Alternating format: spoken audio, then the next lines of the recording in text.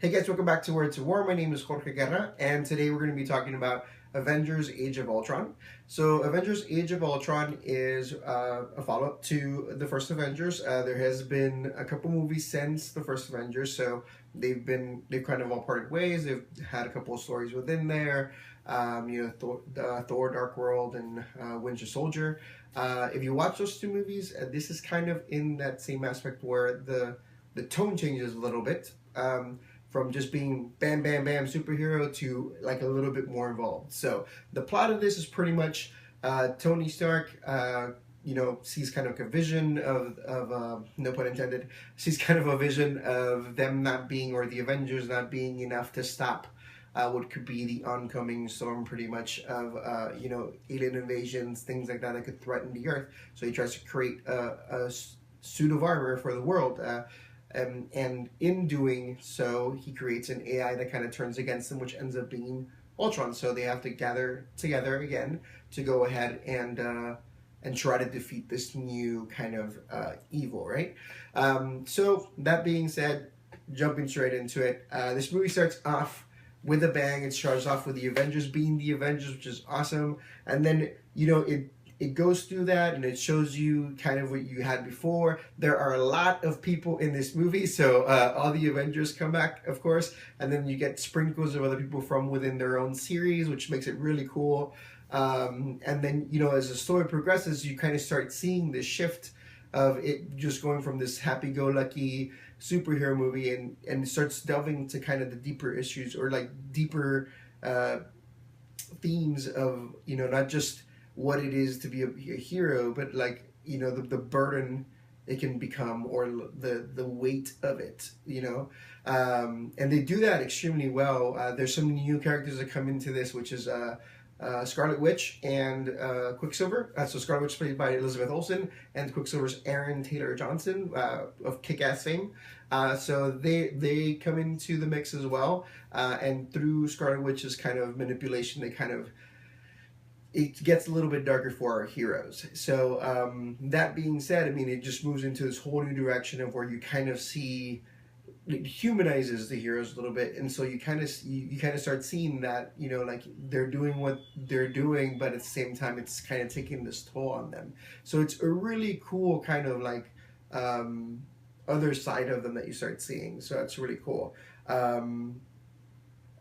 in all, it doesn't, this movie doesn't overburden you with a rehash of who everybody is. It kind of just gives you more on them and gives just enough of their original kind of like self so that even new people can kind of catch on to, oh, this is so and so's personality and this is so and so's personality. Everybody dominates their own screen time, which was really cool. Like that's a great thing about having actors like this, is that they can just take their own time and work together really well. They did a really good job of kind of showing everybody's kind of importance within the team. It was really cool seeing, especially after Winter Soldier, if you saw that. It was really cool seeing Captain America like kick ass in, even with Iron Man and the Hulk and like all these people there. Like he totally kicked ass, and you could totally see why he's the leader. And that shows, and throughout the whole movie they keep that consistent, and I thought they were really good about keeping a consistency of what each team member does throughout the movie, which was super cool. So yeah, it was a fun ride.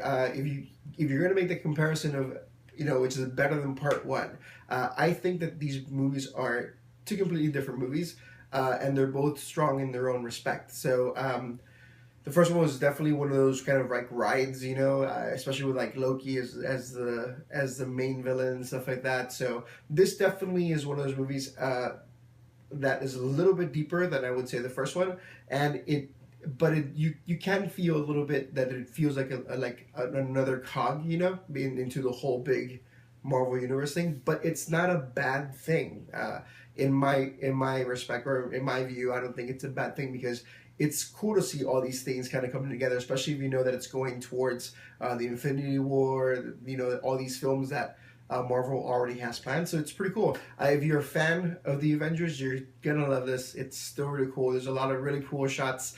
that are just plain fan service and jokes that are fan service and stuff like that. But again, they're fan service, so they might seem a little bit over the top or they might seem a little corny sometimes, but they're still fun. I really enjoyed this movie. I would give it a 9.5 just because it was a lot of fun to watch. Still, you did get some of the chuckles. In fact, some of the jokes kind of changed into, they're more based on the character's personality more so than they were just, you know, gags to be gags. So I thought that was kind of cool. You know, and I would go 9.5 because this movie just kind of reminded me of what DC isn't doing with their movies, and it just reminded me why Marvel does this so well. It's because like this movie really kind of like, it shows you like why heroes are heroes. Like you get that sense of like, oh man, these guys like are heroes. You know, like they're going through all the stuff, and you know, and they still choose to do these things like for the better. You know, and it's really cool. It was a really cool thing to kind of see. Like you kind of get that end picture, and it was super cool. It just kind of like reminded me of why comic books are so awesome when I was little, and it like really like throws back to that age in, you know, when comic books first started, and it was like about showing, you know, people going that extra step, and that's why they were heroes, not because of their powers, not because they were super good at whatever, you know,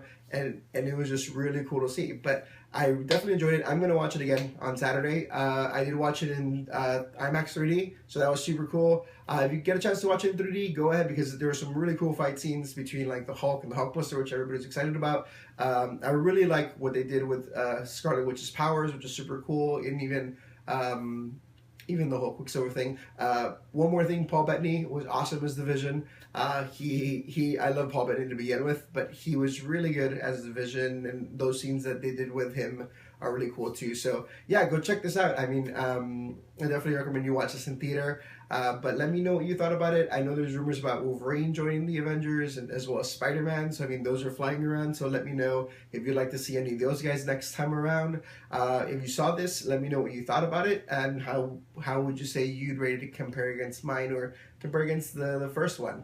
But again, as always, my name is George Guerra. There will be a spoiler review, and that should be probably like here or here.